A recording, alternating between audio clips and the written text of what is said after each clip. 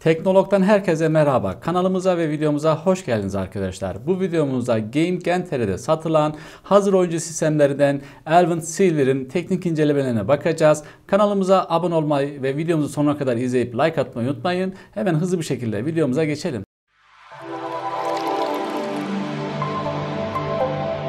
Dostlar, bildiğiniz üzere piyasada hard disk, ekran kartı, işlemci sıkıntıları yaşanmakta ve devam etmektedir. Hal böyle olunca da okulların kapanmasıyla beraber bilgisayara ihtiyaç olan arkadaşlar biz elimizden geldiği kadar uygun fiyatlı bilgisayarlar önermeye çalışıyoruz. Şimdi hızlı bir şekilde Elven Silver'ın teknik özelliklerinden başlayalım ve tek tek parçalarına bir kontrol edelim. Öncelikle işlemciye bakalım dostlar. Intel'in işlemcisi nasıl bir işlemci? Biz Intel'in yine resmi sitesinden işlemcinin özelliklerine bakmak da uygun olduğunu düşünüyoruz.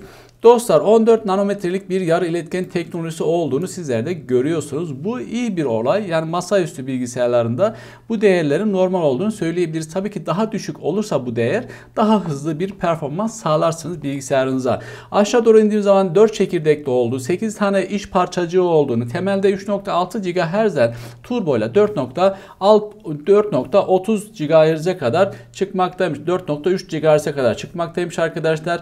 Ön bellek olarak 6 MW görünmektedir. Turbo bus'ta dediğim gibi 4.3 GHz'e çıkıyor. TDP değeri ise burada her zaman önemlidir. Buradaki değer ne kadar yüksek olursa bilin ki bilgisayar o kadar performanslı çalışabilir anlamına gelmektedir. Eğer ki TDP değerini destekleyecek iyi bir power supply ve soğutma sistemi de sağlarsanız daha performanslı, yani frekans değerlerin düşmeyeceği için daha performanslı bir sistem edinmiş olursunuz. Aşağı doğru indiğimiz zaman 128 GB'a kadar bir RAM desteğini sunuyor ve DDR4 2666 MHz'lik bir frekans değeri de var.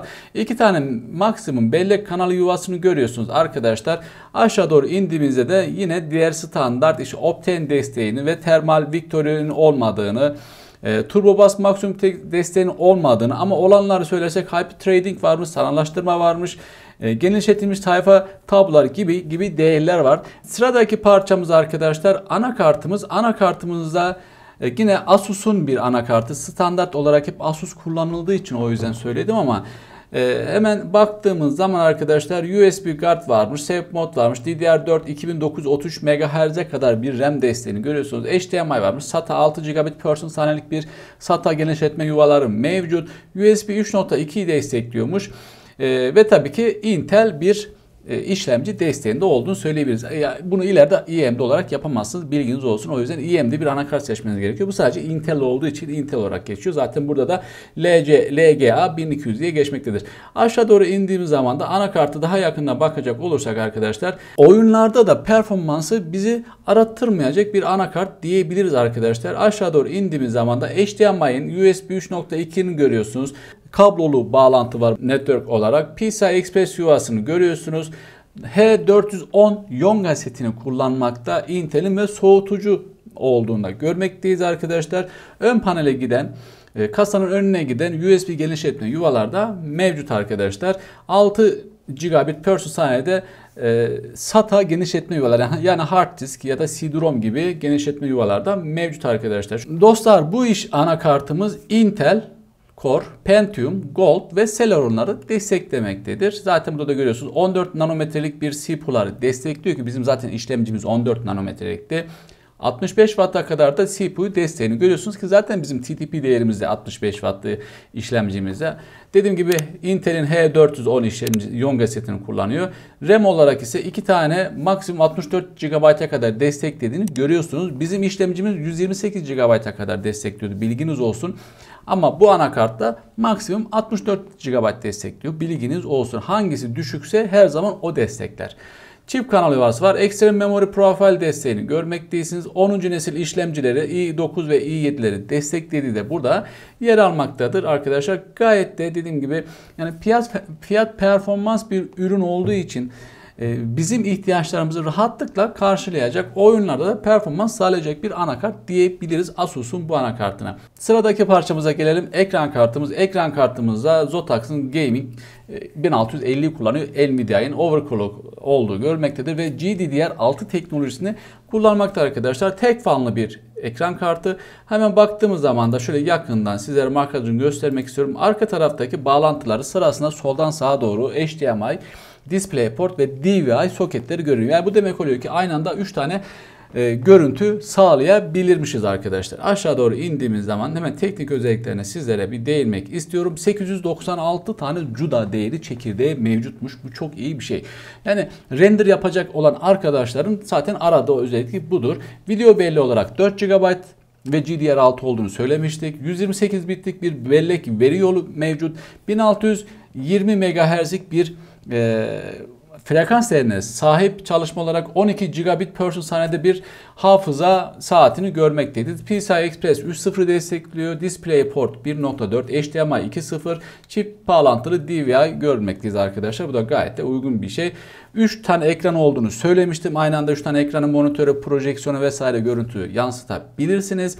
Önerilen bize 350 wattlık bir power supply olması gerektiğini yazıyor burada. Zaten bizim power supply'miz de gayet iyi bir power supply. 75 wattlık bir enerji kullanıyormuş. Yani güç çarpı amper anlamına gelmektedir.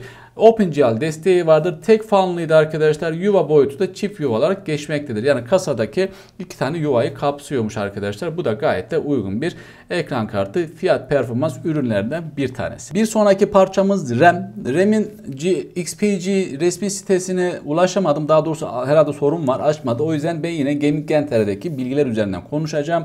Arkadaşlar 8 GB olduğunu görüyorsunuz. Kırmızı renkli ve 3 GHz'lik bir frekans değerine sahip ve gecikme değeri 16 olarak geçmektedir. Single kit olarak geçiyor. Aşağı doğru indiğimiz zaman da diğer bir özelliklerine bakmak istiyorum. Var mı ekstra bir şey söyleyeceğim diye. Aslında yok ama soğutuculuk gayet de güzel. RGB olduğu yazmıyor. Kırmızı renkli ama RGB'li diye bazı yerlerde çıkıyor. Tabii ki yanlış bir sorun varsa, yanlış konuşuyorsam da, yani abi bu aslında RGB'li ya da değilse de bilen arkadaşlar varsa yoruma mutlaka yazsınlar. Fiyat performans zaten tek alırsanız 448 liralık 449 liralık bir fiyata tekamül etmektedir.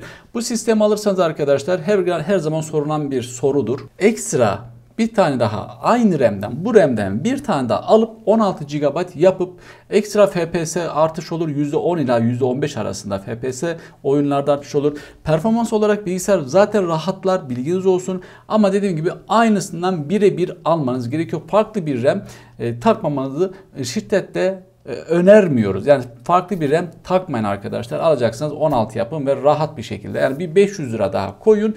Bir tane daha RAM takın.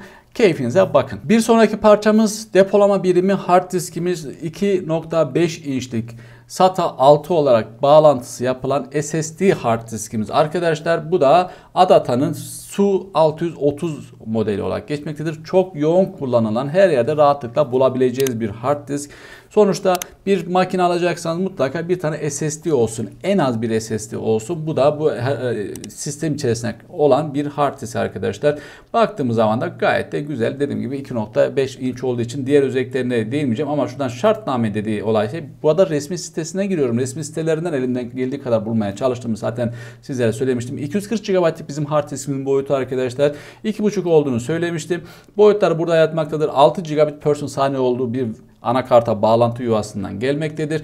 520 MB'a 450 MB arasına kadar bir yazma ve okuma hızına sahip arkadaşlar. OIPS ve OIPS maksimum yazma ve okuma hızları da 40K'ya ve 65K'ya kadar bir paket gönderme desteğini sağlamaktadır. Gayet de güzel bir hard diskimiz. Bizim tavsiyemiz tabii ki ikinci bir hard disk olarak da bir makine hard disk alırsanız 1 TB'lık oyunlarda ona kurup daha geniş bir alana sahip olabilirsiniz. Ve en son parçamız kasamız ve power supply'miz. Performance Hillfire diye geçiyor. Resmi sitesini zaten hiçbir zaman bulamadım. Bulan arkadaşlar varsa da yoruma yazarsa ne güzel olur bizim için.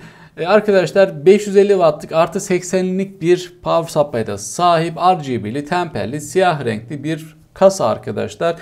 Önde 3 tane fan, arkada bir tane fan görünmekte. Hemen aşağı doğru indiğim zaman teknik değerlerine kısaca şöyle değinmek istiyorum. Kasa tipi ATX mid tower diye geçiyor. Anakartlar 3 farklı olarak ATX, micro ATX diye desteği vardır. 2 tane 2.5, 2 tane 3.5 inçlik depolama birimlerini desteklemektedir. Kasa olarak 7 tane PCI genişleme yuvası varmış arkadaşlar. Arka tarafta 4 tane 120 milimetrelik RGB takılı olabiliyor. Fan sayısı maksimum 6'ya kadar çıkabiliyormuş. Gördüğünüz gibi gayet de uygun 550 wattlık bir 80'lik plastik bir power supply'da olduğunu söylemiştik. Hemen şuradan açıklama tarafına tıklayalım arkadaşlar. Şuradaki kırmızı yazılan yazıya bakın. Resimlerde 6 adet fan bulunuyor ama bizim sistemimizde 4 tane fan olduğu görünüyor. Yani bunu bilginiz olsun. Dediğim gibi bu sistemi alırsanız önde 3 tane, bir tane de egzoz olarak 4 tane toplamda fan var. Yani şu yukarıdaki 2 fan bu sisteme dahil değil arkadaşlar. Almak isterseniz ekstra olarak ve tabii ki ücret karşılığında bunu alabiliyorsunuz. Ama şöyle baktığımızda gayet de uygun. Yan tarafı temperli, önü ızgara mesh yapılı arkadaşlar. 26 tane ışık efekti varmış. Burada zaten bir RGB kontrolör mevcut. Bunu direktmen istediğiniz şekilde RGB'leri kontrol edebiliyorsunuz. Renklerin vesaire olaraktan. 315 mm'lik VGA yani ekran kartı uzunlamasına desteğini görmektedir. 165 mm'lik de soğutucu üst tarafta desteği varmış arkadaşlar. Aşağı doğru inelim. Zaten burada hard disklerin nerelere takılacağı hakkında resimlerde sizlerle paylaşmışlar. Sizlere söyleyeceğim bu konu hakkında da başka bir şey yok. Zaten çok yoğun satılan bir kasa arkadaşlar. Şu anki fiyat zaten 1041 liralık bir fiyatta görülmekteymiş. Dostlar ben size 5899 liraya olan bir hazır sistem Gaming Gentere'deki oyuncu sisteminin elimden geldiği kadar teknik özelliklerini anlatmaya çalıştım. Sizlerin ekleyecekleri varsa da yoruma yazabilirsiniz. Videomuza mutlaka like atın. Diğer videolarımıza mutlaka bakın hazır sistemlerle ilgili. Sizin işinize yarayacak mutlaka bir tane hazır sistem vardır. Kanalımıza tekrar hoş geldiniz. Abone olmayı, like atmayı unutmayın. Bir sonraki videomuzda görüşmek üzere. Esen kalın.